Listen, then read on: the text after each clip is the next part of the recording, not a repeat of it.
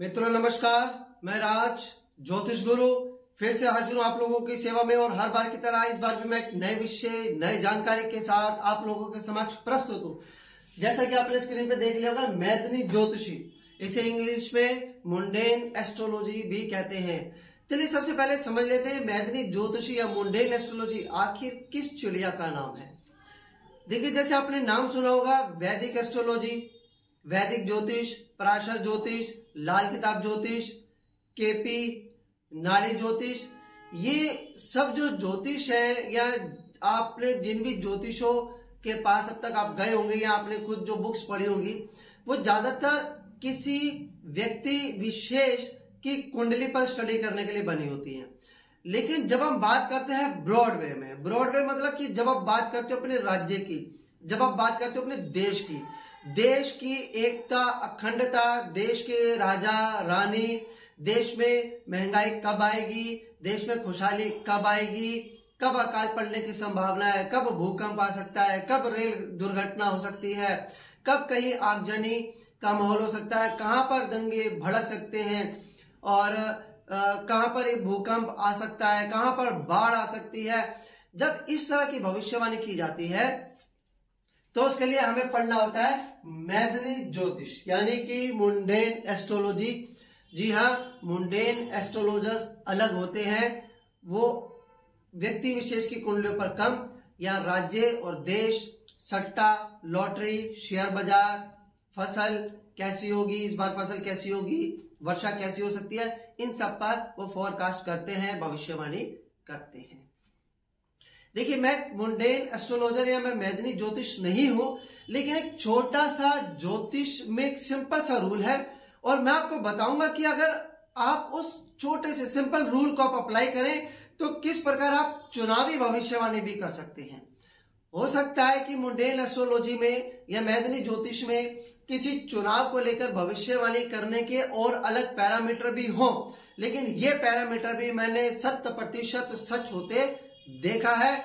वही मैं आप लोगों के साथ आज शेयर करने जा रहा हूं। चलिए, ज्यादा समय ना गवाते हुए, वेस्ट ना करते, हम सीधा अपने टॉपिक पर आते हैं। जैसे कि आप जानते हैं कि कुंडली, जिस तरह से व्यक्ति विशेष की कुंडली बनाई जाती है, उसी तरह से एक देश की कुंडली बनाई जाती है, या एक राज्य विशेष की आप कुंडली भी बना सकते हैं। जैसे कि हम जानते हैं कि 15 अगस्त 1947 को भारत का विघटन हुआ था। उस समय भारत और पाकिस्तान की जो कुंडलियों का निर्माण हुआ, तो वो आप गूगल से उठा के देख सकते हैं। खैर, मैं बता दूं कि ये पहला घर होता है, पहला, दूसरा, तीसरा, चौथा, पांचवा, 6, 7, 8, 9, 10, और यहां पे आ जाता है हमारा ये 10वां घर। तो आज क्योंकि हम बात कर रहे हैं चुनाव की, तो आज मैं बात करूंगा इस 10वें भाव की। देखिए, यहाँ पर राशि कोई भी हो सकती है। मान लीजिए यहाँ पे 5 नंबर लिखा है, तो आप समझिएगा कि 10वें भाव में सिंह राशि पड़ रही है। 7 नंबर लिखा है तो मान लीजिएगा कि यहाँ पर तुला राशि पड़ रही है। लेकिन हम बात करेंगे 10वें भाव की। जब हम किसी देश की बात करते हैं तो वहां पे 10वें भाव की क्या भूमिका रहती है। जब किसी राज्य में चुनाव होते हैं तो उस राज्य की कुंडली में 10वां भाव देखा जाता है। किसी देश में चुनाव होते हैं तो उस देश की कुंडली में 10वां भाव देखा जाता है, और आप आसानी से उसका निर्णय कर सकते हैं। कौन सा वो ज्योतिष का सिंपल सा बेसिक सा रूल है, वो भी मैं आज आपको उसके बारे में बताऊंगा। लेकिन सबसे पहले हम बता दें कि 10वां भाव एक्चुअली में रिप्रेजेंट क्या करता है। जी, अगर देश की कुंडली देख रहे हैं तो पीएम, राज्य की कुंडली देख रहे हैं तो सीएम, प्रेसिडेंट, और देश के जितने प्रमुख व्यक्ति होते हैं,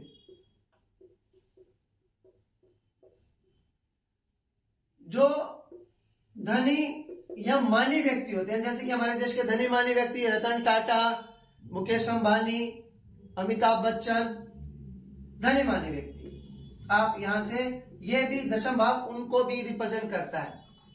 आप यहां से चुनाव प्रक्रिया या चुनाव कैसा रहेगा वो देख सकते हैं। सत्ता पक्ष, यानी कि जो सरकार इस समय शासन में है, जैसे कि हमारे देश में बीजेपी की सरकार चल रही है। देश की एकता, अखंडता, सम्मान, जब जब गुरु का गोचर होगा, गुरु का प्रभाव होगा, तब तक देश का मान सम्मान बढ़ेगा। युद्ध में विजय के संकेत।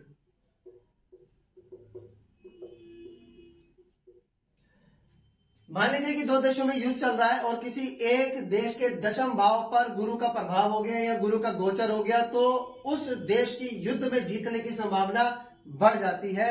ये इस चीज को समझने की जरूरत है। आप देश का संसद भी यहीं से देखते हैं। और जो देश के, जैसे मैंने बता दिया, प्रमुख व्यक्ति होते हैं, धनी मानी व्यक्ति होते हैं, या कुछ जो बड़े नेता होते हैं, ऐसे बड़े नेता जिनके बयान को पूरी दुनिया देखती हो, सुनती हो, समझती हो। मान लीजिए कि किसी इंडिया के किसी बड़े नेता ने कुछ बयान दे दिया, तो जैसे कि राहुल गांधी है। राहुल गांधी इस समय किसी पद में नहीं है, उनकी कांग्रेस की सरकार देश में नहीं है, लेकिन अगर मान लीजिए कि वो कोई बयान दे देते हैं तो उस बयान को काफी देशों के लोग सुनेंगे, समझेंगे और उस हिसाब से वो अपना उस देश के प्रति राय बनाने के लिए एनालाइज करेंगे। तो देश के जो बड़े नेता हैं उनको भी हम दशम भाव से देखते हैं।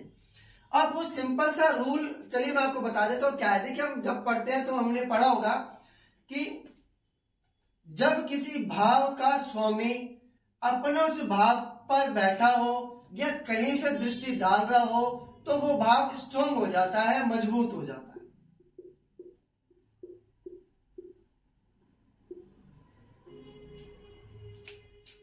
भाव स्वामी कहीं से भी अपने भाव को देखता हो, यानी कि किसी भी हाउस का जो लॉर्ड है वो कहीं से भी अगर अपने हाउस को देख रहा है या अपने ही हाउस में बैठा है तो वो हाउस स्ट्रांग हो जाता है। ये सिंपल और सबसे बेसिक रूल है जो एस्ट्रोलॉजी में बताया जाता है। इसी रूल को हमने फॉलो करना है और इसी रूल को फॉलो करके देखिए हमें क्या प्राप्त होगा।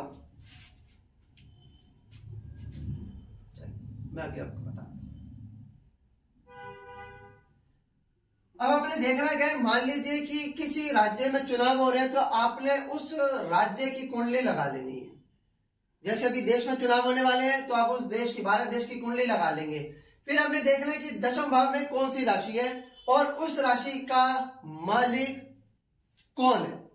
दो चीजें, दशम भाव में कौन सी राशि है, कौन सा साइन है, और उस दशम भाव का में जो राशि है उसका स्वामी कौन है, इस चीज का आपने पता लगाना है। अब जब भी चुनाव होंगे तो उस चुनाव, जब पहली वोटिंग स्टार्ट होगी तो वोटिंग डे से लेकर रिजल्ट्स डे तक जब परिणाम घोषित होंगे, मान लीजिए कि 1 जनवरी को चुनाव होना है और परिणाम घोषित होना है 28 जनवरी को, तो हम 1 जनवरी से 28 जनवरी तक देखेंगे। अब मान लीजिए कि चुनाव पहला वोटिंग स्टार्ट होगी 3 फरवरी को और परिणाम घोषित होने हैं 15 फरवरी को, तो अब हम 3 फरवरी से 15 फरवरी के बीच में देखना है। क्या देखना है? ये देखना है कि ये जो दशम भाव का स्वामी है, आप अगर किसी राज्य की कुंडली देख रहे हैं तब भी, किसी देश की कुंडली देख रहे हैं तब भी, कि ये जो दशम भाव का स्वामी है क्या उसकी दृष्टि अपने इस भाव पर जा रही है। मान लीजिए वो यहां बैठा है, यहां बैठा है, यहां बैठा है, यहां बैठा है, कहीं भी बैठा है, क्या वो अपने इस घर को देख रहा है? अगर वो अपने इस घर को देख रहा है, या फिर क्या वो इस ड्यूरेशन में, वोटिंग डे से लेकर रिजल्ट डे तक, अगर वो इस ड्यूरेशन में कहीं से भी बैठ के अपने इस भाव पर दृष्टि डाल रहा है या फिर अपने दशम भाव में, अपने ही भाव में बैठा है, तो आप सीधा सीधा ये कह सकते हैं कि जो सरकार वर्तमान में है, यानी कि जो समय सरकार है, वर्तमान सरकार की चुनावों में जीत होने जा रही है, वो वापसी करने जा रही है।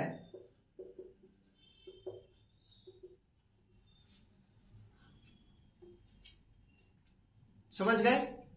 नहीं समझे? फिर से देखिए। पहले तो ये देख लेना है कि किस पार्टी की सरकार जो है, कौन सी पार्टी उस राज्य में सरकार बना के बैठी है, उस राज्य को चला रही है, ये आपको पता होना चाहिए। उसके बाद देखना है कि यहाँ पर कौन सी राशि बैठी है, उस राशि का स्वामी कहां पर है। वोटिंग डे से लेकर रिजल्ट डे तक आपने देखना है कि वो ग्रह कहां पे, उस राशि का स्वामी कहां पे है। अगर वो कहीं पे भी, किसी भी घर में कहीं से भी बैठ के वो यहाँ पर दृष्टि डाल रहा है, उसकी दृष्टि यहाँ पर जा रही है। ग्रहों की दृष्टि आप सबको पता है कैसी होती है। अगर 4th हाउस में बैठा है तो कोई भी ग्रह हो, सबकी 7वीं दृष्टि होती है, तो ये ग्रह अपने आप ही मजबूत हो जाएगा। लेकिन अगर कहीं से भी बैठकर 10वें भाव में उसकी दृष्टि जा रही है या वो 10वें भाव में ही आ गया है, तो समझ लीजिए जो भी पार्टी सरकार चला रही है उस राज्य की, उसकी चुनावों में जीत होने जा रही है और वो पार्टी वापसी करने आ रही है। क्योंकि 10वां भाव सत्ता पक्ष का होता है, सरकार का होता है। 10वां भाव उस पार्टी का होता है जो सरकार में होती है, जो समय देश में या राज्य में शासन कर रही होती है। अब हो सकता है कि सीधी दृष्टि जाए, अब हो सकता है कि सीधी दृष्टि ना जाए। मान लीजिए कि कोई ग्रह यहां बैठा है, कोई भी ग्रह XYZ वो यहां पर बैठा है और वो किसी और ग्रह के साथ बैठा है। मान लीजिए कि X और Y के साथ बैठा है, या मान लीजिए मैं आपको और एग्जांपल देके बता देता हूं ताकि आप कंफ्यूज ना हो। देखिए, अब मान लीजिए कि यहां पे है मून और मून बैठा है मार्स के साथ, और यहां पे है कर्क राशि, और चुनाव हो रहे हैं और आपने चुनावों का देखना है, तो इसका मतलब कि चंद्रमा की दृष्टि यहां पर होनी चाहिए, तभी जो है सरकार शासन में होगी, जो सरकार चला रही होगी पार्टी वो वापसी करेगी। अगर सीधी दृष्टि नहीं है तो हम देखेंगे कि क्या इनडायरेक्ट दृष्टि है। अगर दृष्टि नहीं है तो आप समझ लीजिए कि विरोधी पार्टी जीतने जा रही है, सत्ता पक्ष में जो पार्टी है वो हारने जा रही है। सीधा सा ही है उसका रूल है। लेकिन हम देख लेना कि क्या इनडायरेक्ट दृष्टि तो नहीं जा रही। जैसे कि हम जानते हैं कि मार्स की मंगल ग्रह की 8वीं दृष्टि भी होती है। देखिए 7, 8, यहां पर मंगल ने अपने साथ साथ चंद्रमा का प्रभाव भी इस घर में भेज दिया है। यानी कि सीधी दृष्टि तो नहीं है, लेकिन इनडायरेक्ट चंद्रमा का प्रभाव अपनी राशि पर जा रहा है। अब इसका क्या कंक्लूजन निकलेगा? इसका कंक्लूजन निकलेगा कि जो पार्टी सरकार में थी, तो देखिए जैसे कि आपको बताया कि इसका क्या कंक्लूजन निकलेगा। इसका कंक्लूजन ये है कि जो पार्टी सरकार में थी उसकी बहुमत से संख्या कुछ कम रह गई है, या वो जोड़ तोड़ करके सरकार बना लेगी।